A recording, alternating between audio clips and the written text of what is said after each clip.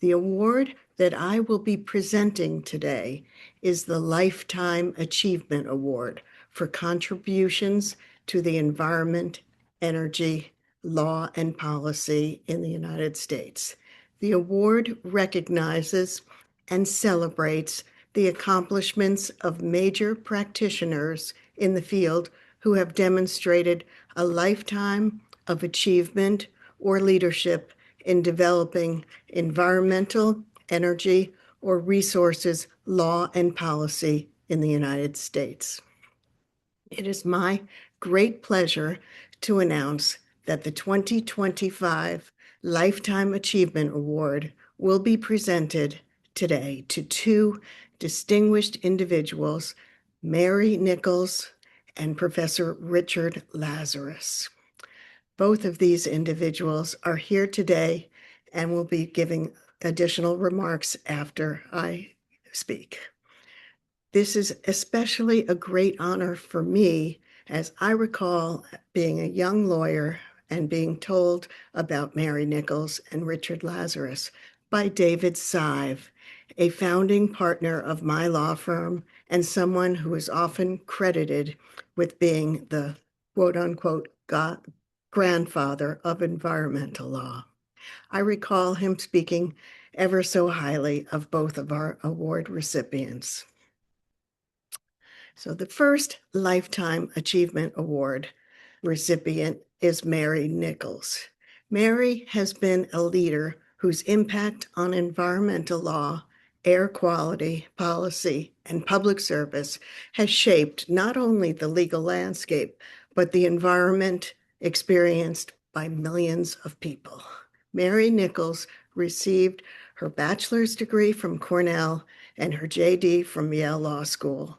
For decades, Mary has been at the forefront of the most consequential environmental challenges of our time.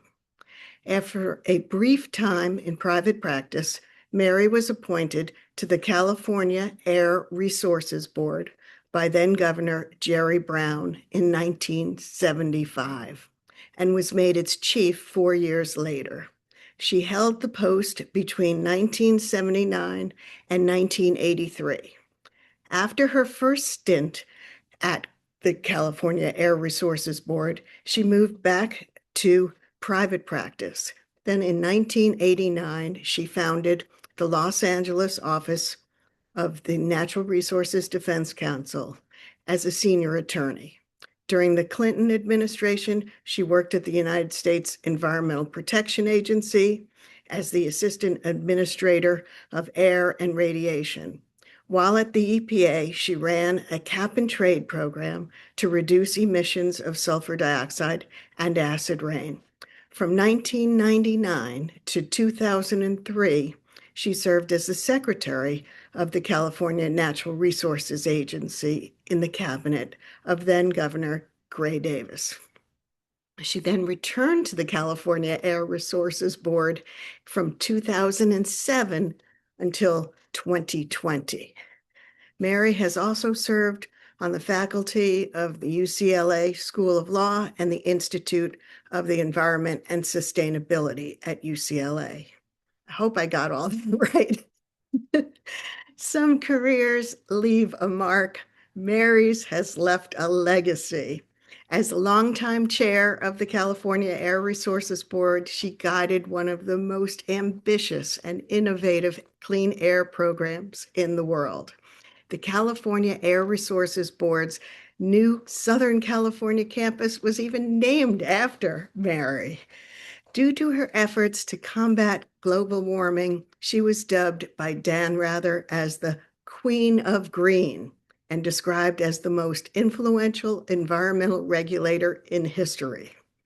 She helped make California's clean air and climate programs the global gold standard.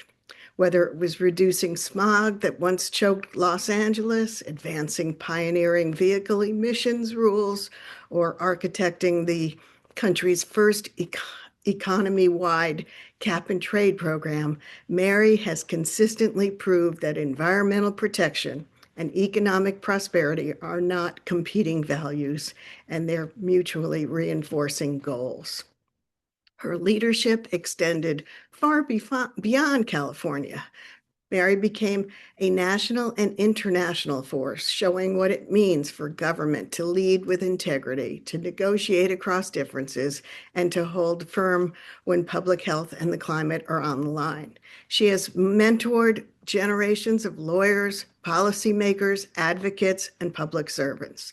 Throughout her career, Mary has been the kind of lawyer our field aspires to produce, one who uses the law not only to resolve conflict, but to create opportunity, one who turns complexity into progress, and one who protects communities, especially the most vulnerable, one who sees beyond the present moment to the world of our future generations. Today, we honor not just the body of work, but the life commitment, a commitment to clean air, to public health, to climate leadership, to the idea that environmental law can and should be a force of justice. Mary, your career has shaped policy, but more importantly, it has shaped people, those you served, those you worked alongside, and those who will carry your example into the future. On behalf of the SEER community, and with deep admiration, gratitude, and respect, it is my privilege to present you with the Lifetime Achievement Award in Environmental Law. Congratulations, Mary, and thank you for everything you've done. Thank you, Pam. Thank you so much. I will treasure those words and even more the honor of being presented with this award by the American Bar Association, an organization that for a long time as a young lawyer, I thought was only for old people. Well, here we are. But it really is amazing to look back and also to be able to share this moment with two heroes. First, your former partner, David Sive, who was somebody that we looked up to from the very beginning. Frankly, before environmental law was a field, he was an environmental lawyer. He just was doing it. And Richard Lazarus, who literally wrote the book on this topic and is also known throughout the world for his wise comments as well as his legal sagacity. So this is a very special occasion for me. I would like to say a couple of things about a career, which, having had many years to carry it out, maybe makes a few useful points. First of all, I believe that although I was in on the ground floor of the Clean Air Act and making it the important generator of litigation that it has been over many years, and thus for work for many other lawyers, I was in the right place at the right time. And that's not being modest, because it also reflects the fact that now in 2025, sometimes I feel that I'm in the right place, but at the wrong time.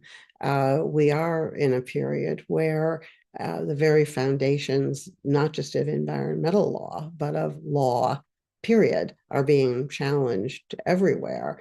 And I've never been prouder of the fact that I have studied the law, practiced law, paid my dues to the California Bar Association, and generally identified myself proudly as a lawyer, even when, after my first few years in government, most people had no idea that I was a lawyer. I always made it a point to stress that fact, because I believe it has been the basis for everything that not just I, but the environmental movement and people of goodwill who cared about the health of people in cities, people around the planet, and who cared about people in relationship to our place in nature. Without the foundations of environmental law that we have built upon and could count on courts to uphold, and politicians, even when it was sometimes quite inconvenient for them to do so, have backed. That is, the fact that we use law for a reason. It underscores our commitments, and it helps us to accomplish our goals. So, needless to say, it's scary to think about the potential that much of what we were able to accomplish over that period is under real and meaningful threat.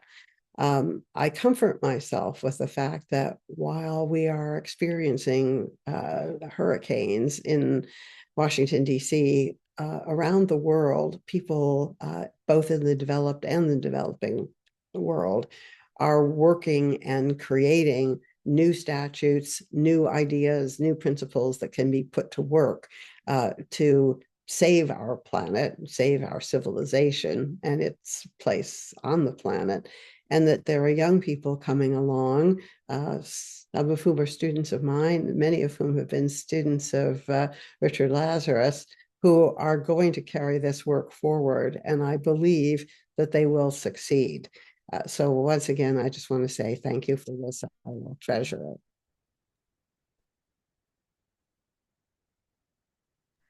Thank you so much for those remarks.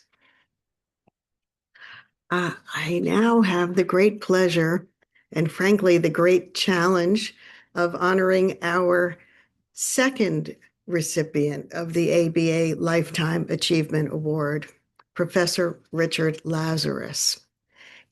Professor Lazarus is the Charles Stebbins Fairchild Professor of Law at Harvard University, where he teaches environmental law, natural resources law, Supreme Court advocacy, and torts. Before joining the Harvard Law faculty, Professor Lazarus was the Justice William J. Brennan Jr. Professor of Law at Georgetown University, where he also founded the Supreme Court Institute. He graduated from Harvard Law in 1979 and has a BS in chemistry and BA in economics from the University of Illinois.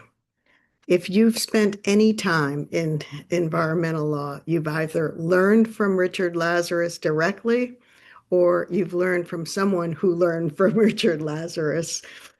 His influence runs that deep. He's shaped the field as a scholar, a teacher, a practitioner, a Supreme Court advocate, and as a tenacious investigator.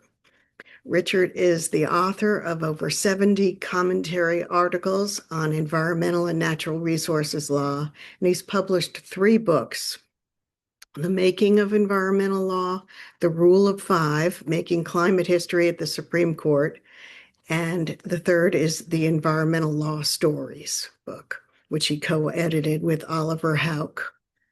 These works don't just inform, they inspire, and they made Richard one of the rare scholars whose publications are both intellectually rigorous and genuinely enjoyable to read. His work's impact extends far beyond the scholarship. He's also advised administrations and shaped landmark cases. He's been a Supreme Court advocate and has represented the United States, state and local governments, and environmental groups in the United States Supreme Court in over 40 cases and has presented oral argument in 14 of those cases. He's also famous for his teaching, his ability to explain complex doctrines and possible statutory structures. But perhaps the most remarkable thing about Richard is his generosity. He's mentored hundreds, if not thousands, of young lawyers, scholars, and advocates. He shaped careers, opened doors, and offered guidance that people carry with them for decades. And then there is his leadership on one of the most consequential environmental investigations in recent memory. Richard served as the executive director of the National Commission on the BP Deepwater Horizon oil spill and offshore drilling, guiding the commission's work as it unraveled the chain of decisions and failures that led to the disaster. Under his direction, the commission delivered a sweeping and influential report, and one that shaped reforms, informed legislation, and ensured that the lessons of the spill were not to be forgotten.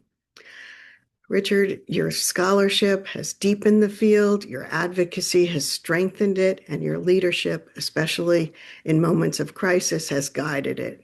You have enlarged the profession and quite simply made us all better at what we do.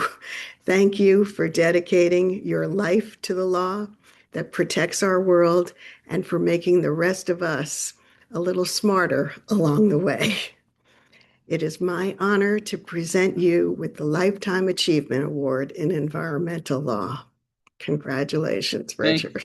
Thanks, Pam. And I'm deeply honored, like Mary, to receive this award, but even more so to receive it in Mary's company, whose accomplishments in environmental law overwhelm anyone else's, including my own. And have you refer back to David Sy brought a real smile, um, because David was someone like the first person I saw in environmental law when I was a student, and I remember years later taking some really wonderful walks with David. So environmental law has sort of defined my professional life for more than 50 years, and what a ride it has been. I decided to become an environmental lawyer when I was 17 years old. That's right, 17, in June 1972, and I've been immersed in it ever since. I had no appreciation at the time I was really witnessing all around me the emergence of modern environmental law in the United States. It takes a lot of hindsight over time to sort of understand the significance of that moment in the 1970s. In college, as you mentioned, I received degrees in chemistry and economics. That was a self-crafted pre-environmental law program. When people ask me why I was getting a degree, one in chemistry, one in economics, I'd say pre-environmental law. Most of my friends would say, "What's that?" Because it just wasn't a word in normal discourse. I wrote papers in college on the West Gakey method of measuring SO2 emissions and the effectiveness of parking controls in some of the earliest Clean Air Act state implementation plans. My interest in environmental law in law school was so overwhelming that my classmates gave me this stamp right here, which says environmental on it, so that I didn't have to keep writing it. I could just stamp it as I went along. I still have that with me. Since graduating from law school, I've been remained immersed in it through all of its twists and turns, from Carter to Reagan to Bush to Clinton to Bush to Obama to Trump and Biden and somehow now Trump again. It's a roller coaster, to say the least, marked by extraordinary activity for 20 years by Congress, then a largely defunct Congress for now more than 3 decades. Most of my career has been as an academic, as you suggested, though I began as a litigator at the Department of Justice before I became a full-time academic in 1983, though I still dabble in litigation, not infrequently. To date me, in terms of litigation, I argued the Mono Lake case before the California Supreme Court, and I represented the United States in the Chemdyne case, which was the first CERCLA case, Superfund case, to establish joint and several liability in the Southern District of Ohio, Judge Carl Rubin. As a legal scholar, I focus much of my writing on the modern history of environmental law in the United States, paying particular attention to environmental law's evolution and how it's affected so many other areas of law, whether constitutional law, criminal law, civil rights law. On the side, as you see, I've done about 14 cases, Supreme Court, which I argued, and then about briefs in about 40 plus cases in the court.